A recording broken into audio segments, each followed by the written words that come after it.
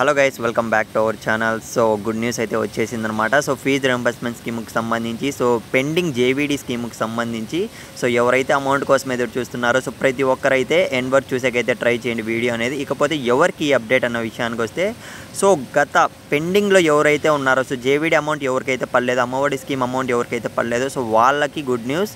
ఇకపోతే ఈ 2024-2025 ఈ ఇయర్ ఎవరైతే చదువుతున్నారో సో వీళ్ళకి కూడా గుడ్ న్యూస్ అనమాట. సో ఖచ్చితంగా వీడియో ఎండ్ వరకు చూసేకైతే ట్రై చేయండి మామ.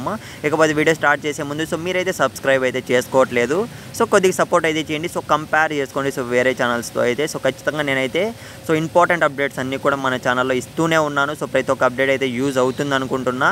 సో కాకపోతే మీరైతే సబ్స్క్రైబ్ అయితే చేసుకోవట్లేదు, కొద్దిగా సపోర్ట్ అయితే చేయండి మామ. మీతోనే స్టార్ట్ అవ్వాలి, సబ్స్క్రైబ్ చేసుకొని పెట్టుకోండి.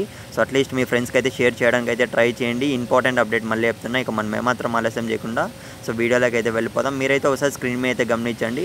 సో ఇకపై డైరెక్ట్గా కాలేజీలకే ఫీజు రియంబర్స్మెంట్ అమౌంట్ అనేది మనకు క్లియరెన్స్ అనేది రావడం జరిగిందనమాట. సో మీరైతే ఇంకా ఏం దిగులు పడాల్సిన అక్కర్లేదు. ఇకపోతే పెండింగ్ అమౌంట్ విషయానికి వస్తే, సో ప్రీవియస్గా చూసుకున్నట్లయితే ఏదైతే పెండింగ్లో ఉన్నారో సో వాళ్ళకు కూడా అమౌంట్ అనేది విడుదల చేస్తామని అయితే మనకు హామీ కూడా ఇవ్వడం అయితే జరిగింది.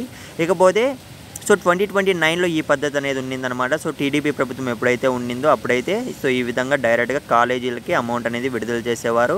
సో ఎప్పుడైతే వైసీపీ ప్రభుత్వం వచ్చిందో అప్పుడు సో మదర్ అకౌంట్లో అయితే అమౌంట్ అనేది జమ చేశారనమాట. ఇకపోతే మీరు ఇక్కడైతే ఒకసారి గమనించండి.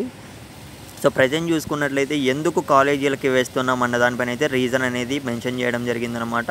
సో 3 విడతల అమౌంట్ అనేది పెండింగ్లో అయితే పడిపోయింది. సో లాస్ట్ ఇయర్ చూసుకున్నట్లయితే సో చాలామంది స్టూడెంట్స్ చూసుకున్నట్లయితే సో ఫీజులు కట్టలేక సర్టిఫికేట్స్ అనేవి వెనక్కి తెచ్చుకోలేక ఇబ్బంది పడుతున్నారు. సో కాబట్టి అమౌంట్ అనేది విడుదల చేస్తాం పెండింగ్ అనేది అయితే మనకు క్లియరెన్స్ హామీ అనేది ఇవ్వడం జరిగింది. సో గైస్ వెయిట్ చేయండి నెక్స్ట్ అప్డేట్ కోసం. ప్రాసెస్ ఎలా చేయాలో చెప్తాను.